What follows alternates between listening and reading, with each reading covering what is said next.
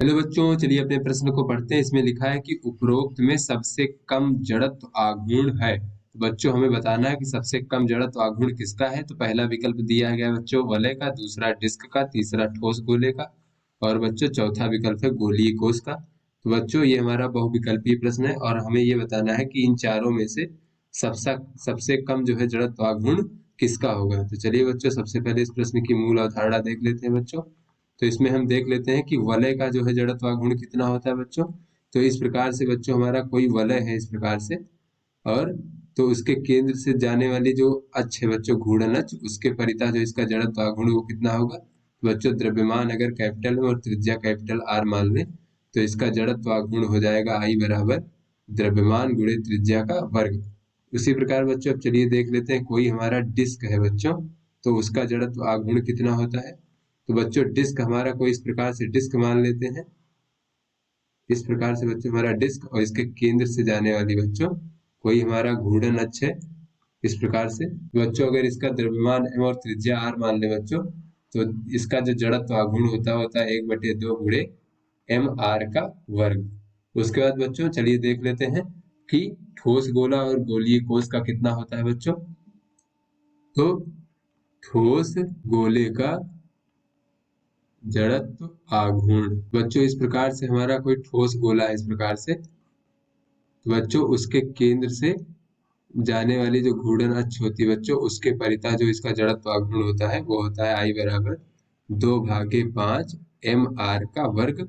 अगर बच्चों इसका द्रव्यमान m और त्रिज्या कैपिटल आर मान ले। उसके बाद बच्चों चलिए देख लेते हैं कि गोलीय कोष का कितना होता है बच्चों जड़त्व आघूर्ण। तो बच्चों कोई हमारा इस प्रकार से गोलीय कोष है, तो बच्चों उसके केंद्र से जाने वाली घूर्णन अक्ष के परितः जो जड़त्व आघूर्ण होता है बच्चों, अगर इसका द्रव्यमान और त्रिज्या इसका भी आर मान ले तो बच्चों ये जड़त्व आघूर्ण बराबर होता है 2/3 एम आर का वर्ग। चलिए बच्चों अपने प्रश्न को हल करते हैं। तो बच्चों हमें बताना है कि सबसे कम जो है वो किसका जड़त्व आघूर्ण है।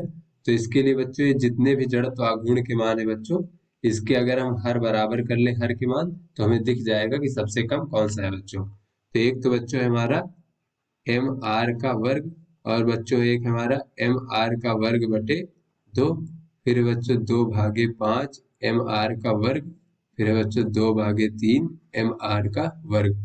बच्चों ये जो है ये हमारा वलय का है बच्चों, और ये हमारा डिस्क का है, और ये बच्चों हमारा ठोस गोले का है, और ये बच्चों हमारा गोलीय कोष का है। तो बच्चों इसमें अगर हमें तुलना करना है तो सभी के हर बराबर कर लेंगे। तो यहाँ पे बच्चों अगर हम सभी को 30 से गुणा कर दें बच्चों, सभी को 30 से गुणा करने पर तो बच्चों हमें दिख जाएगा कि कौन किसका मान जो है सबसे छोटा है।